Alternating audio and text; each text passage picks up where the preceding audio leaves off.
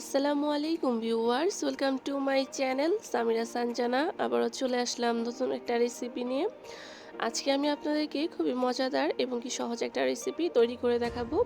তাওয়া বার্গার কিংবা বলতে পারেন পিৎজা বার্গার, যেটাই হোক, যার যেটা পছন্দ আর কি বলতে পারেন। তবে এই রেসিপিটা কিন্তু বাচ্চাদের টিফিনের জন্য এবং কি বিকেলের নাস্তায় খুবই সহজ একটা রেসিপি হবে। তো চলুন রেসিপিটা শুরু করা যাক। তো প্রথমে আমি চুলায় একটা ননস্টিকি প্যান দিয়ে এখানে আমি পরিমাণ মতো তেল দিয়ে দিলাম একটা মিডিয়াম সাইজের ইন্ডিয়ান পেঁয়াজ কুচি করে। তারপরে পেঁয়াজটাকে হালকা সটে করে নেওয়ার পরে এখানে আমি দিয়ে দিলাম কারি পাউডার। কারি পাউডারের মধ্যে সব ধরনের উপকরণ আছে, তাই আমি এখানে কারি পাউডারটা ব্যবহার করেছি। যেহেতু বলেছি যে খুবই সহজ একটা রেসিপি আর কি। তো তারপরে এখানে আমি দিয়ে দিলাম স্বাদ মতো লবণ। তারপরে দিয়ে দিলাম এখানে আমি বয়েল করা চিকেন। এখানে আমি বয়েল করে চিকেন নিয়েছি, আপনারা বয়েল ছাড়াও চিকেনটা নিতে পারেন, তবে আমার কাছে বয়েল করাটাই বেশি আর কি সহজ মনে হয়েছে। তারপরে চিকেনটাকে আরও 5-6 মিনিট নেড়ে চেড়ে দিয়ে দিলাম এখানে আমি ক্যাপসিকাম। এখানে আমি শুধু ক্যাপসিকাম ব্যবহার করেছি সবুজ রঙের, আপনারা চাইলে লাল, হলুদ যে কোনো ধরনের সবজি এখানে ব্যবহার করতে পারেন কিংবা সবজি ছাড়াও করতে পারেন আপনাদের আর কি পছন্দ মতো। তারপরে এটাকে আমি আরও 8-10 মিনিটের মতো মিডিয়াম আঁচে রেখে দিয়েছিলাম পুরোপুরি রান্না হওয়ার জন্য। যেহেতু এখানে আমি চিকেনটা বয়েল করে নিয়েছি, এখানে চিকেনটা সিদ্ধ হওয়ার মতো কিছুই নেই। তারপর আমি মশলাটার জন্য আর কি চিকেনটাকে প্রায় 10 থেকে 15 মিনিট সময় নিয়ে মিডিয়াম আঁচে রান্না করে নিয়েছি। আর এই তো এটাকে এখন আমি চুলা থেকে নামিয়ে নিব।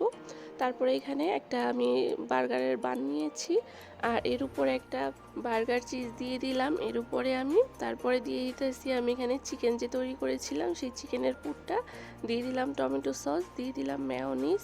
এখানে মেয়োনিজ, টমেটো সস বা চিজ সম্পূর্ণ আপনাদের পছন্দের উপর ডিপেন্ড করে, আপনারা যে যেমন পছন্দ করেন অতটুকু টমেটো সস আর মেয়োনিজ দিয়ে নেবেন। তাই আমি এখানে আর আমার পরিমাণটা বললাম না।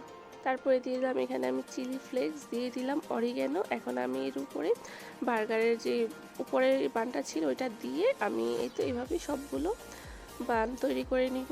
তারপরে চলে আসলাম চুলার কাছে, আর চুলায় আমি একটা গ্রিল প্যান বসিয়েছি, তার মধ্যে আমি বাটার স্প্রে করে দিয়েছি। আর বাটারটা যে পর্যায়ে হালকা গরম হয়ে আসবে ওই পর্যায়ে এখানে আমি সবগুলো এই চিকেন বান যে তৈরি করেছি ওগুলো দিয়ে দিতেছি। আর এগুলোকে এখন মিনিট খানেক যাওয়ার পরে আমি এভাবে উল্টে পাল্টে দিতেছি একটু হাতের সাহায্যে, 2 হাতের সাহায্যে চেষ্টা করবেন উল্টানোর জন্য, এতে করে আপনার সুবিধা হবে। তারপরে এটাকে উল্টানোর পরে আবারও মিনিট খানেক রাখলাম, আর এটাকে উল্টানোর পরে আবারও মিনিট খানেক রেখে আমি নামিয়ে নিতেছি। এটা জাস্ট আমি একটু তাক দিয়ে নিতেছি, অর্থাৎ সটে করে নিতেছি। এতে করে চিকেন বানটা দেখতেও সুন্দর লাগবে, খেতেও ভালো লাগবে।